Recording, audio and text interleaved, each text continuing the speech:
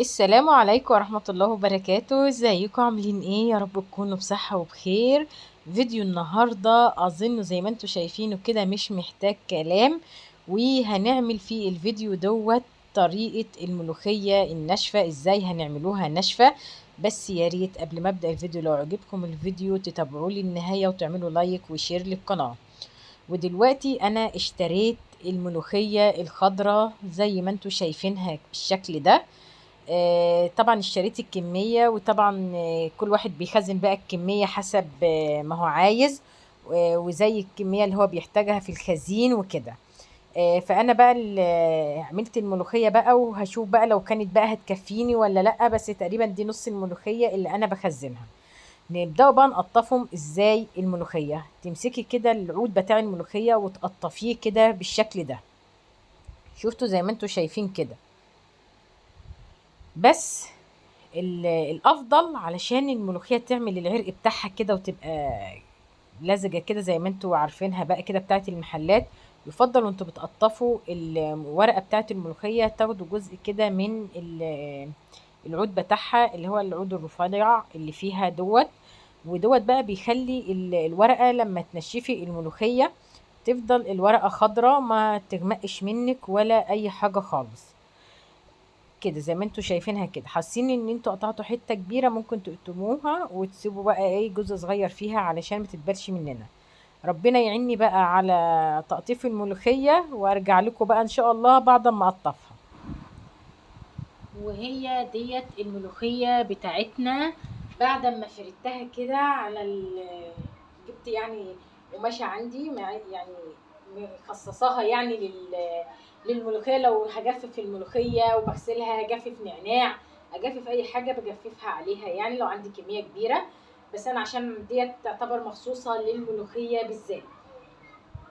وتبقى بكده الملوخيه بتاعتنا هنسيبوها بقى، وان شاء الله يعني كل يوم. يعني مثلا انا دلوقتي اعتبر يعني ايه، يعني دلوقتي انا عندي دلوقتي الساعه ايه تقريبا، ايه الساعه 11 ونص 12 بالليل.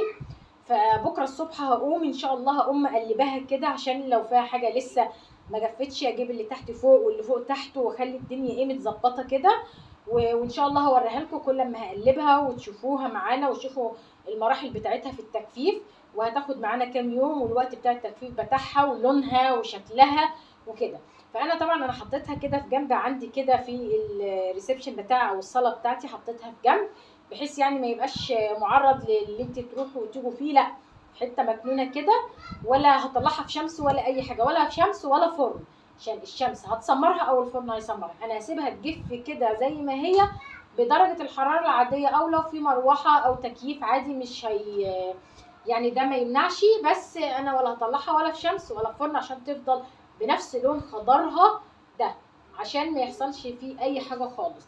واوريها لكم بقى كده معانا اهوت اهيت اهي. شوفوا ما شاء الله الكميه حلوه. طبعا دي نص الكميه اللي انا يعني بعملها او بخزنها. طبعا لسه في بقيه او النص التاني ان شاء الله. بس انا حبيت اوريكم بقى ايه الجزء اللي انا جبته ده ازاي تجففه، عشان اللي لسه ما خزنش الملوخيه يلحق يخزنها ويلحق يجففها.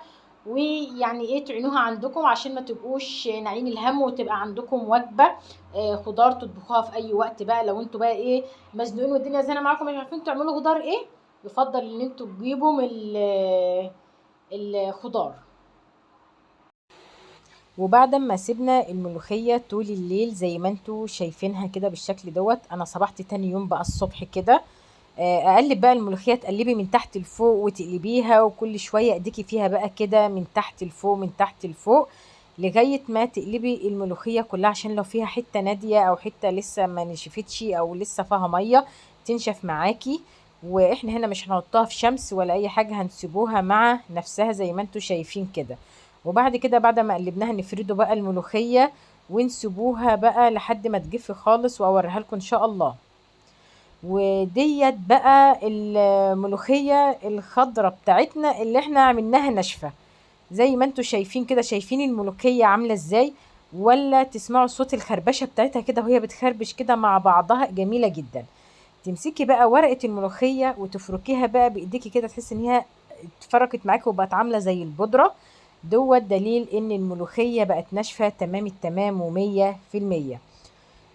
وانا نشفتها من غير شمس ولا فرن بوتاجاز ولا اي حاجة خالص.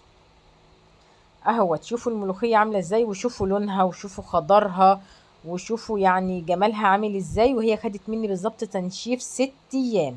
دلوقتي بقى نجيب الكبة ونروحوا نطحنوها في الكبة زي ما انتوا شايفين كده اهوت.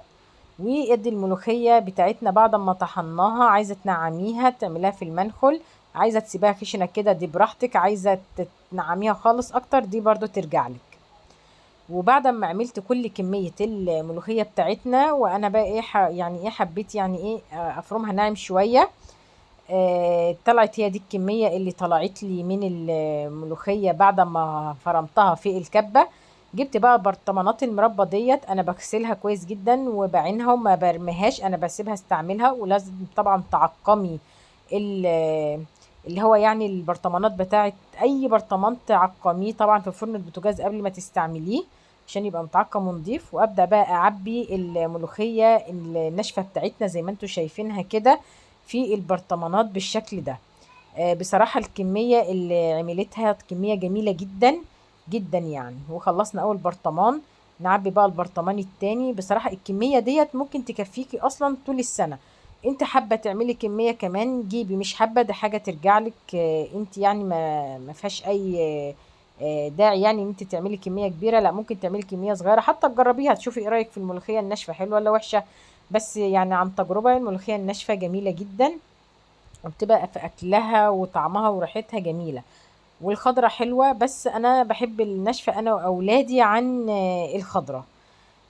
وكده. وبعد كده بقى نعبي بقى البرطمانات وتخلصي الكميه وتعبيها ببرطمانات، ويفضل برطمان يكون جاف خالص ما فيهوش اي حاجه. وعلى فكره معلقه واحده من المعلقه اللي انا بعبي بيها الملوخيه ديت تكفيكي لعمل يعني الطبخه بتاعتك او الوجبه بتاعتك. انت حابه تزودي عادي براحتك. وتبقى هي ديت الملوخيه بعد ما عبناها كده في البرطمانين دولت عملت لي كميه جميله جدا. صدقوني الكميه حلوه قوي قوي قوي. ويعني زي ما انتوا شايفينها كده كمية بسم الله ما شاء الله حلوة، والملوخية على لونها وشوفوا عاملة ازاي. وكفاية اللي انت عاملاها في بيتك وغسلتيها وقطفتيها ونضفتيها وصفتيها من اي حاجة فيها وعملتيها قدامك ونشفتيها وبقت بالشكل ديت، ومش هتاخد منك اكتر من 6 ايام. ابدا بقى اقفل البرطمانات بتاعتنا واسيبها بقى كده على جنب. عايزه تعينيها في التلاجة، عايزه تسيبيها كده تحفظيها بس في مكان يعني ايه يكون جاف ونضيف كده. وتبقى هي ديت الفيديو بتاع الملوخيه الناشفه. ولو عجبكم الفيديو ما تنسوش تعملوا لايك وباي باي.